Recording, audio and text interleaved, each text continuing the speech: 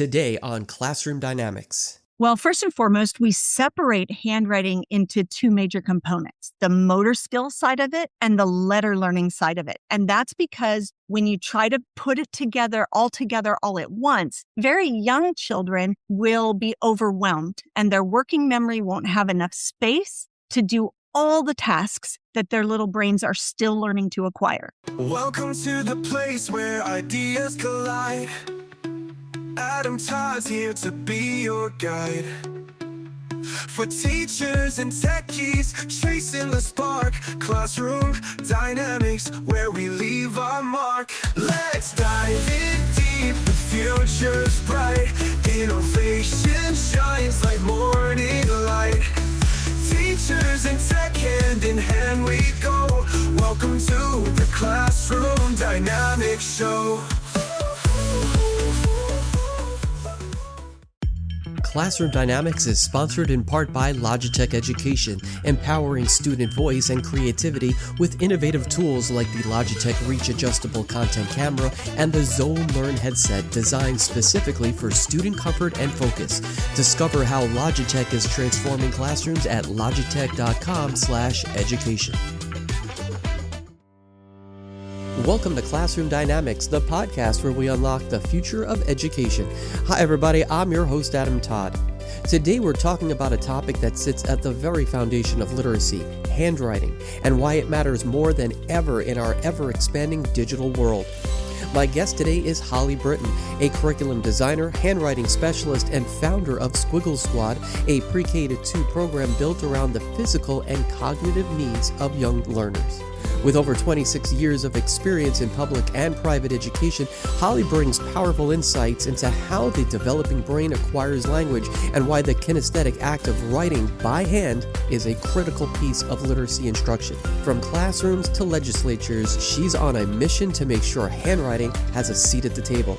And it's all coming up next on Classroom Dynamics, your weekly professional reset. So don't go anywhere, we'll be right back. Classroom Dynamics is brought to you in part by Higher Ground Gear and the Vaulted Cell Phone Pouch, the smarter, faster way to create phone-free classrooms. Built with military-grade construction, RF shielding, and a high-decibel Velcro closure that stops distractions before they start, Vaulted keeps learning focused and secure. No locks, no end-of-the-day bottlenecks, just durable, easy-to-clean protection that gives students what they need most: attention, connection, and calm. Upgrade your school's approach to distraction-free learning with Vaulted at Higher Ground Gear. For more information, visit hggear.com today or contact us at info@hggear.com. Every student deserves a chance to succeed. At Catapult Learning, we close learning gaps through targeted tutoring, direct student support, and proven intervention programs. Our proprietary curriculum and our ability to customize with your district's materials ensure every child gets the instruction they need when they need it. For 45 years, Catapult's evidence-based model has transformed schools in New York City and across the nation. Catapult Learning, inspiring students, unlocking potential. For more information, visit us at catapultlearning.com. My guest today says that handwriting is far more than just pen on paper. It's actually brain development in action. And to discuss the science behind it is my guest today, Holly Britton. Welcome to Classroom Dynamics. Great to have you here. Well, thanks. It's really great to be here. You have been studying how the developing brain acquires language. What does the neuroscience tell us about the connection between handwriting and, of course, literacy development, especially with kids who are first learning how to read? Well, a lot of the neuroscience we kind of pick up even as parents and teachers, in that a lot of that happens even though we can't put a name to it or name the region of the brain that it's connected to. We understand from a very young age that kids are acquiring language from the minute they're born. They're acquiring it primarily through senses. So not to get too obvious, but they hear it, they see it. They might see our facial expressions. They'll see our body language. They'll watch our lips moving. They're learning articulation through that. Eventually, they try to do it themselves. So now they're learning it orally by mimicking and copying those facial expressions that they're seeing. They'll start reading our body language, and they experiment. They begin to touch language by seeing it in print in books, and they watch their parents' finger go across the page. So they're learning that left to right direction. And all of that is stimulating things in the brain that is seeking meaning. So they're trying to connect meaning through their sensory production. So they are making neurological connections that lead to understanding language as our code. So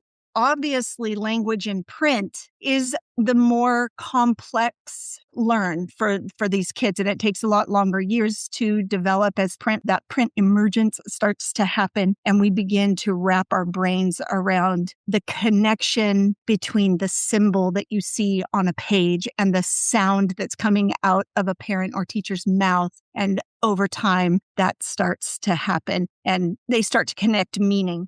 So if we think of language as being a code and we are learning to decode the language, then we can think of writing as encoding the language. So now we're taking what has been soaked in externally. Now we're taking what is internal and putting it out for others to see. And obviously, I mean, I hope that's obvious to the listeners that that is a lot more complicated ask. So obviously we can't ask a young child to do this until some other neurological processes have been set up in the brain in order to access that. So we're looking for signs of readiness through symbol recognition, grapheme to phoneme connections that indicate that a child is ready then to put language on paper. Handwriting is the kinesthetic connection to language. So now that they've been seeing it and hearing it and speaking it, and in some ways touching it in books, now they're actually going to form it. And that formation, that kinesthetic connection to the letters they're writing, actually helps the brain make sense of what they're seeing. And there's some good science on this.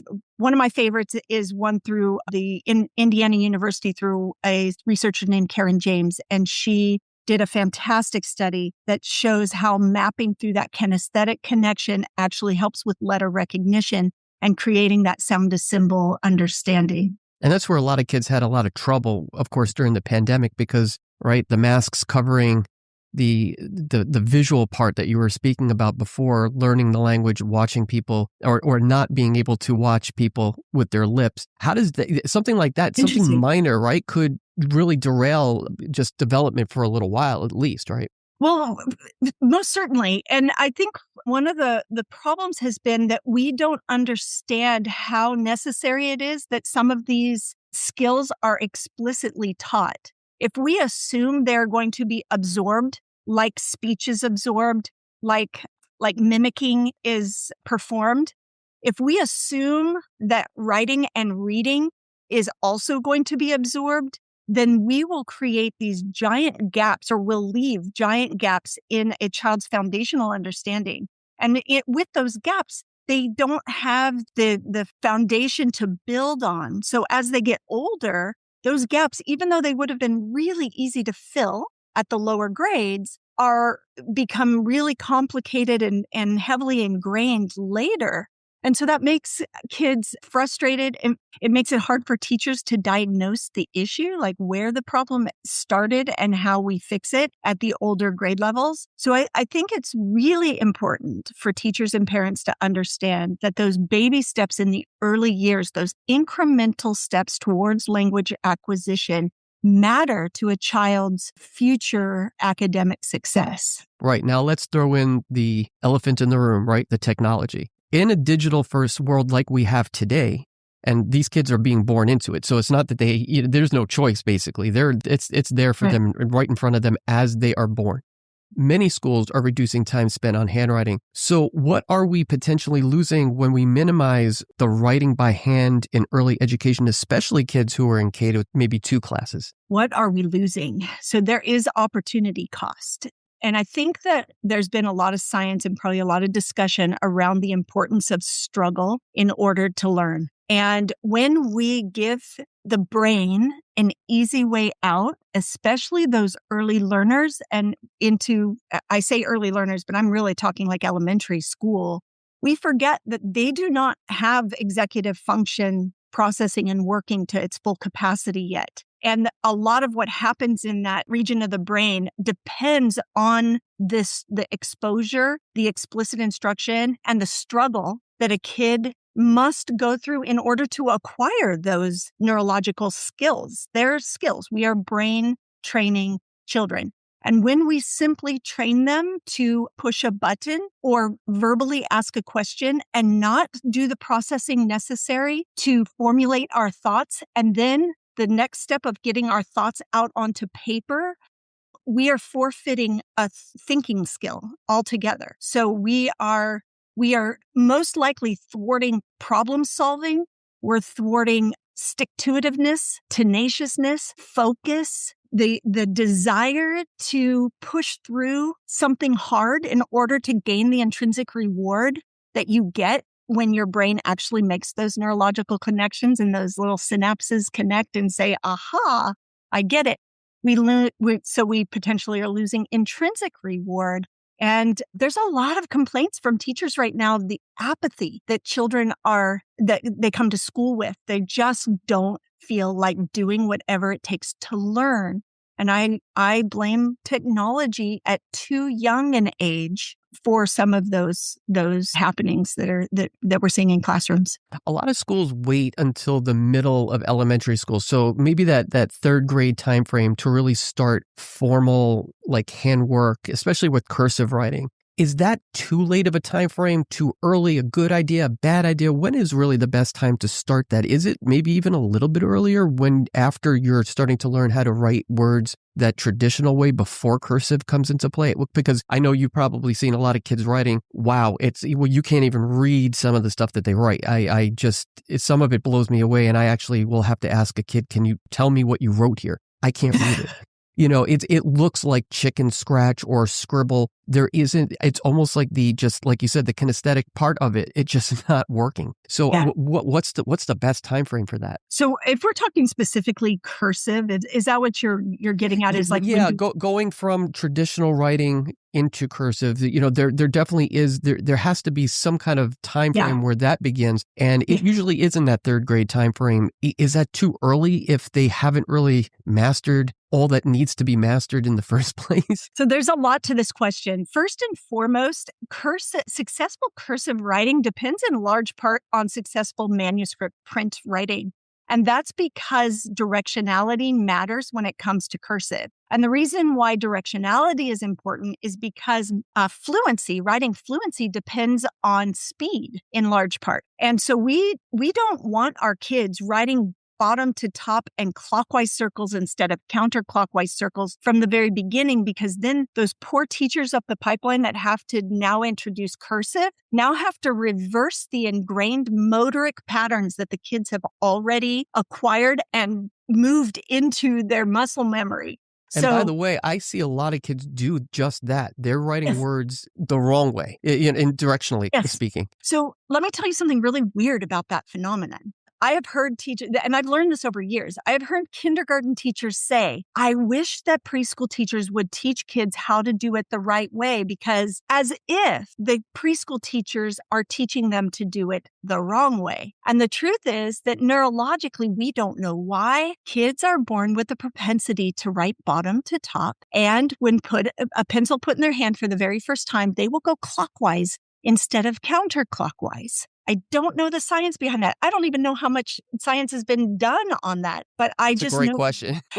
From years and years of this happening, kids do it automatically. So preschool and kindergarten teachers are charged with reversing a natural habit, something that comes naturally to kids. So we're actually rewiring the brain to do top to bottom and counterclockwise circles. And I really encourage preschool and kindergarten teachers to be mindful of that, because you can be wiring that in every subject that you do. If you're in math and you're circling the number of ladybugs, have those kids circle counterclockwise. If you have them doing painting on a vertical surface and you're doing sunshines, have them do counterclockwise circles so that you are reprogramming that. So back to your question about cursive, if print is well taught and kids have ingrained correct directionality, adding ligatures to create a left to right flow is not nearly as difficult to do.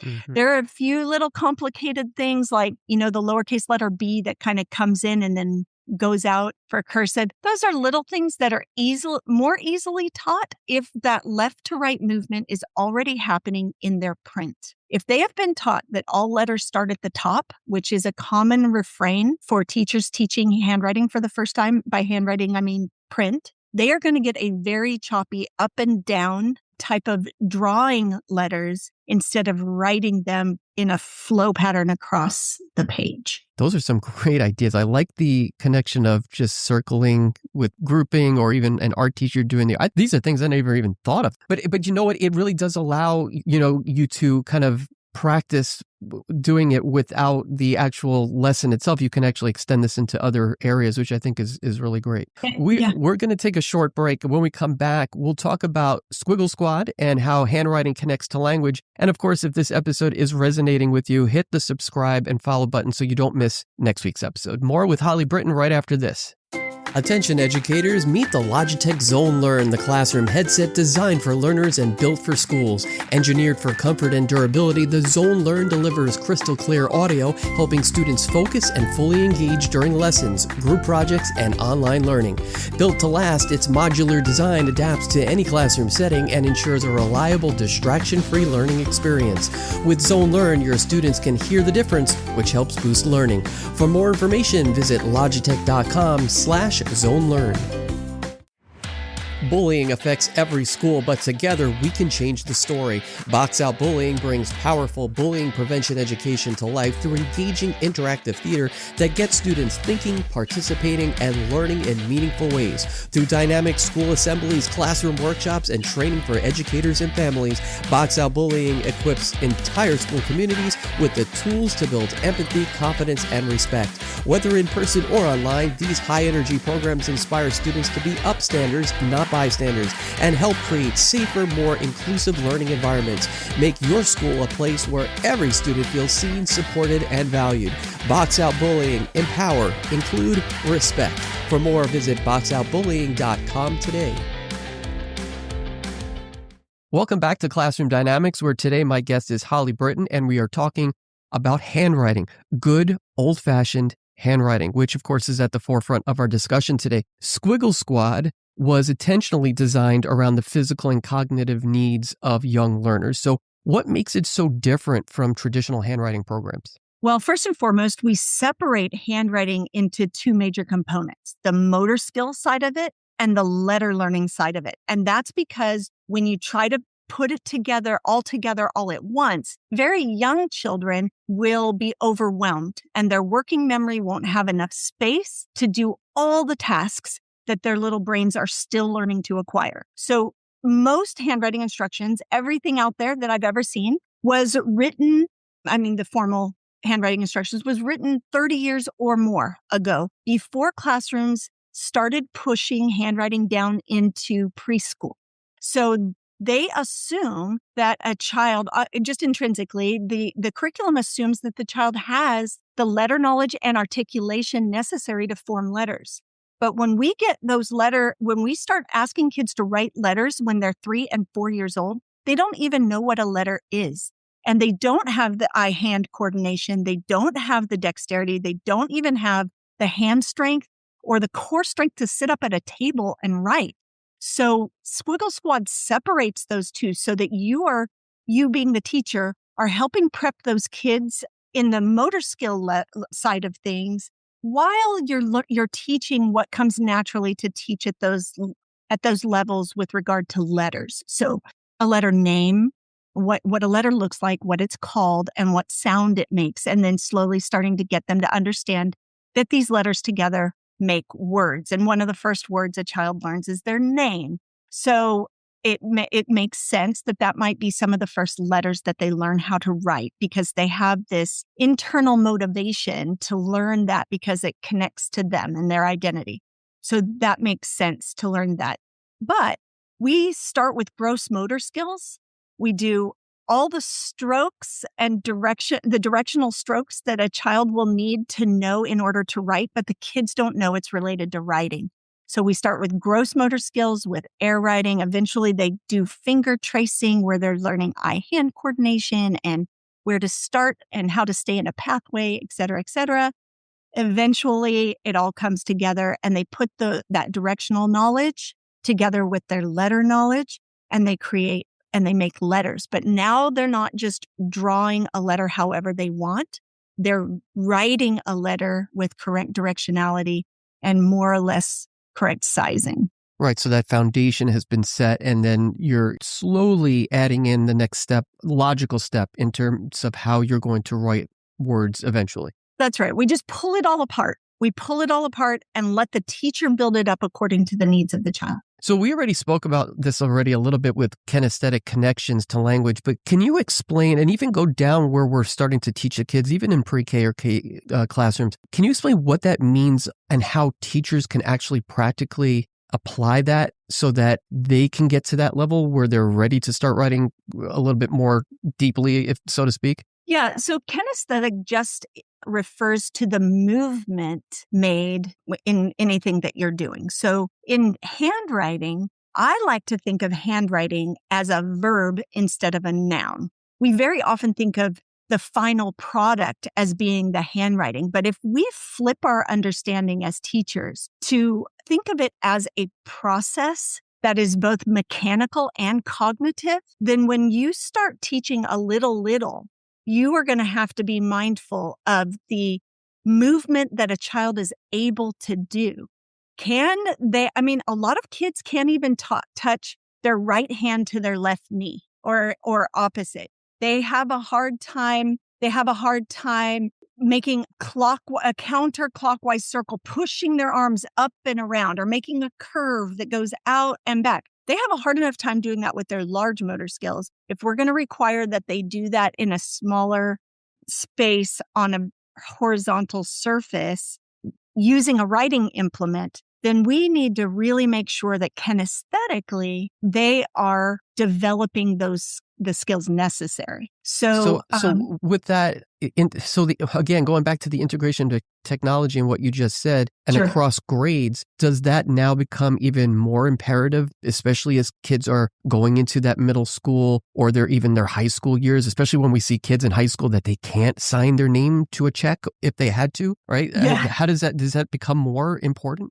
I think way more important. And if we think of handwriting as a way of training the brain and the body, you can see how useful it would be across the grades and across the subjects. I hear every day some teacher will complain, our kids have no more hand strength. They're holding pencils like they have no strength. They don't have grasping abilities. They're not playing outside on the playground, hanging by their hands.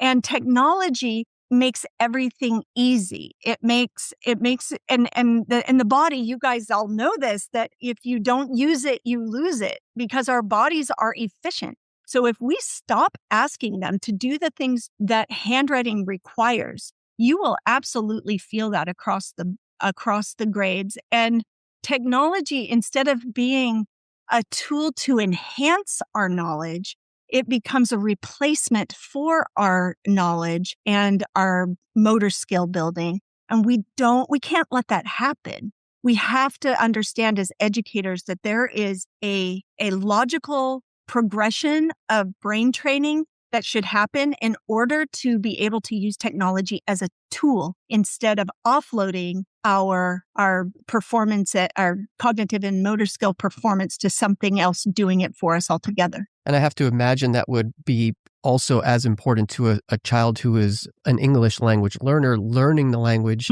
because that would also have to translate into the writing eventually, correct? And they'll learn it faster. If they use that sensory of kinesthetically mapping it onto their brain by moving their hands physically through the letters, they will learn it faster. And the understanding will be more precise. And what comes with that, which is so cool, is the confidence. When a child can do it, it builds their confidence. And then they feel more ready to keep learning and more confident to keep trying. Yeah, personally for me, I remember back in elementary, junior high school, even in college, where I was, and we had the technology starting in college for me. That's telling everyone my age now. But I remember rewriting my notes, studying for a test.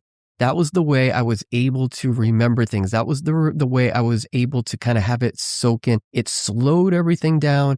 I was re-looking at it. I was rewriting it. I was re-getting into whatever it was that was being asked of us for that next test. So I totally agree with that. And it's a great point that you're going to learn it a lot faster. You asked earlier what we're losing if we use too much technology at the expense of handwriting. You just hit the nail on the head. That is exactly what we are neglecting to give our children, is handwriting as a tool for thinking. Mm-hmm. And if we don't start early, kids do not understand how it taps into the brain. And those of us that have been writing for our whole lives, we take it for granted that we can just do that. But we have robbed kids of that tool, of that thinking tool. And it's really a shame.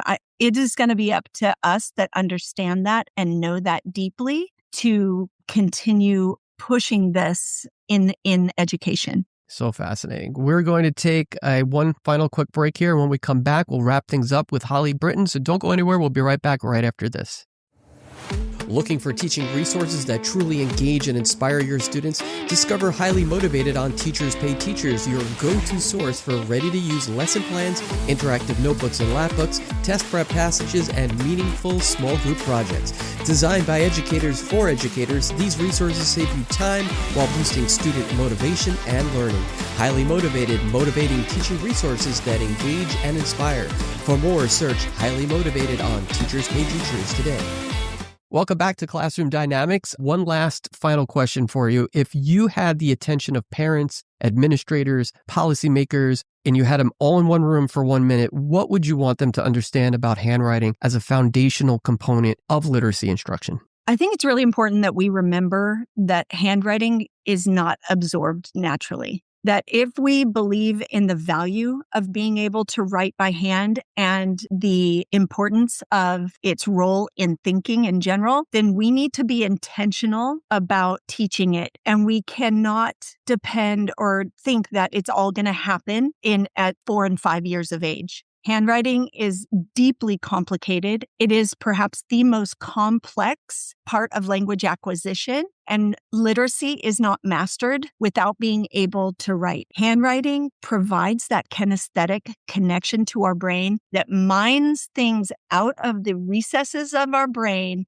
that would not otherwise get tapped if we did not have that head-to-hand connection. So being intentional about it, stick with it for the long term and use it as a teaching tool in all of your subjects. But intentionality, I think, is going to be key. And the second thing would be that too much push button and swipe technology is going to reduce a child's ability to write by hand well and use it as deeply as they could as a tool for learning. We all remember, right? Reading, writing, arithmetic, right? The That's reading right. lends to the writing and the reading lend to the math, because otherwise you can't do the math sometimes. It's a So domino effect, right? Good. Yep. Yeah, exactly. So listen, Holly, thank you so much. This was so powerful. And thank you for reminding us that handwriting isn't outdated. It's still necessary. It's very, very, very foundational. Before we go, tell everyone where they can go to find out more about you and where teachers can find out more about programs like Squiggle Squad. Yeah, thanks for asking. You can reach me through squigglesquad.com. Any contact form on there will come directly to me. You can also find me at holly@squigglesquad.com. I publish regularly on Substack, and my handle is Holly on Handwriting. So you can find some of the science behind some of the things we talked about today and teaching tips, ideas for teachers in implementation. And then you can find me on LinkedIn at Holly Britton. Well, for those of you who have been listening, thank you for tuning in today, and make sure that you share what you've learned or any takeaways or reflections that you've had. And of course, tag us on X at Class Dynamics or Instagram at Classroom Dynamics Podcast. You can also find out all of our links, including information about our sponsors, on our link tree at Classroom Dynamics. We always look forward to hearing your thoughts on our episodes and sharing the different ways in which you're using what you've learned. More importantly, share this episode with one colleague who you feel can benefit from today's show. You can also help to support Classroom Classroom Dynamics with as little as $3 a month at classroomdynamicspodcast.buzzsprout.com. Once again, I'd like to thank Holly Britton for joining us today on Classroom Dynamics. So insightful. Thank you for being with us. I think teachers are going to soak up and use a lot of what you spoke about and some of the tips and tricks that you gave. I like them. And again, thank you just for an amazing conversation and for the time today. It was such a pleasure. I hope to hear from some people in your audience and that the message gets out there. Thank you so much for the opportunity. Well, that's a wrap on this episode of Classroom Dynamics. I hope today's conversation sparked something meaningful for you, maybe a new idea, a fresh perspective, or just a little boost of motivation to take back to your classroom. Remember, it's never too late to strengthen your craft, and if there's ever a moment to re-energize your work, why not make it today? I'm Adam Todd, and you've been listening to Classroom Dynamics, a teacher podcast. Follow us on X at Class Dynamics and on Instagram at Classroom Dynamics Podcast. If you haven't already, go to your favorite podcast platform like Apple Podcasts or Spotify and subscribe, rate, and review this podcast. We'll be back soon with more captivating conversations, inspiring stories, and strategies that you can implement into your everyday routines. Until then, keep that spark alive and never underestimate the incredible impact you have as an educator. You're more powerful and inspirational than you think. Did you miss our episode Beyond Yet, How to Create a True Growth Mindset Culture in Your Classroom? If so, join me as I welcome Annie Brock and Heather Huntley, authors of the Growth Mindset Coach 2nd Edition. They'll share realistic strategies for building a true growth mindset culture in your classroom, which are packed with practical, classroom-ready strategies that you can start using tomorrow. Our goal is just to talk about how can you foster a growth mindset? How can you put yourself in that growth mindset or create an environment where kids can readily get into that mindset to help them make their learning as successful as possible.